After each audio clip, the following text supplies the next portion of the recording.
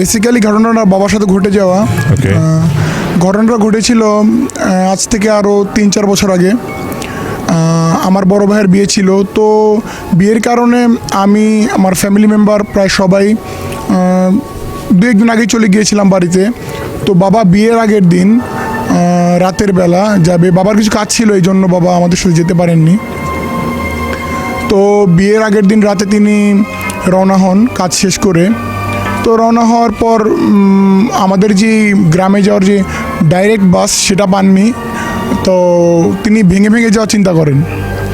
তো একটা সময় তিনি যাচ্ছেন, তো আমাদের সেখানে যাওয়ার একটা জায়গা পড়েন হচ্ছে গৌরীপুর।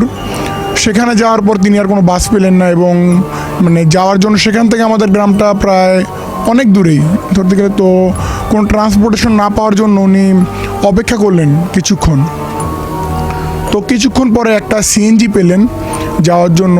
তো তিনি সবটুকু পথ যাওয়ার চেষ্টা করলেন না, তো বললেন যে আমি এতটুকু পর্যন্ত যাব, তারপর আপনাকে দেখে নিতে হবে। বাবা বললো আচ্ছা যতটুকুই যেতে পারি সেটা দেখি।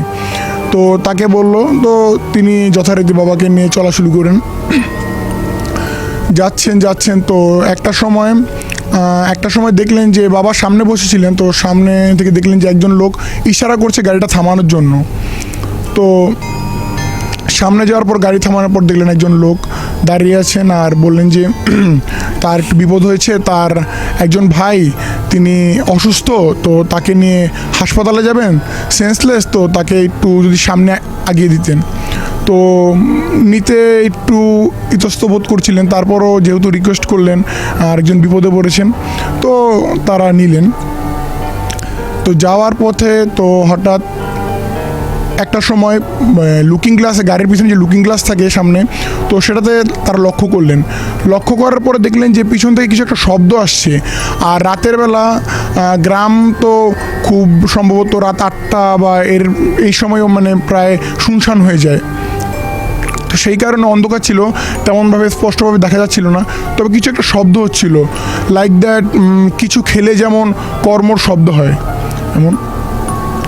তো বাবা এই জিনিসটা লক্ষ্য করে ড্রাইভারকে বললেন যে এই এমন কিছু আপনি শুনতে পাচ্ছেন কি? তো ড্রাইভার বললেন হ্যাঁ আমিও শুনতে পাচ্ছি, তো ব্যাপারটা কি হচ্ছে দেখলে ভালো হতো। তো তারা গাড়িটা থামিয়ে দেখলেন যে ওই লোকটা ওইভাবে বসে আছে, আর ওই যেই লোকটাকে নিয়ে বসেছিলেন সেই লোকটার গায়ে কোনো কাপড় নেই, এমন অবস্থা। তো সেটা থেকে তারা ভয় পাওয়ার পরে তারা মানে কী বলুন কিছু বুঝতে পারছিলেন না। আর ওই লোকটা এর কিছুক্ষণ পরে তারা দেখলেন যে তার হাতে, যেহেতু অন্ধকার ছিল তেমন স্পষ্টভাবে বোঝা যাচ্ছিল না, তারা দেখলেন যে সে কিছু একটা খাচ্ছে। তো এটা দেখার পর তো তারা দুজনেই খুব ভয় পেয়ে গেলেন। আর এর সামনে একটা বাজার ছিল, বাজারে 2-1টা চায়ের দোকান খোলা ছিল, তারা ভয়ে দৌড়ে এখানে চলে যাওয়ার পর ওই দোকান থেকে কয়েকজনকে ডাকলেন, ডাকার পরে বললেন যে আমাদের এই সমস্যা হয়েছে, একটু দেখলে ভালো হতো। তো তারা যথারীতি সেখানে গিয়ে কাউকেই দেখলেন না, শুধু কয়েকটা হাড়গোড় রক্তাক্ত অবস্থায় পেলেন এই সিএনজিতে।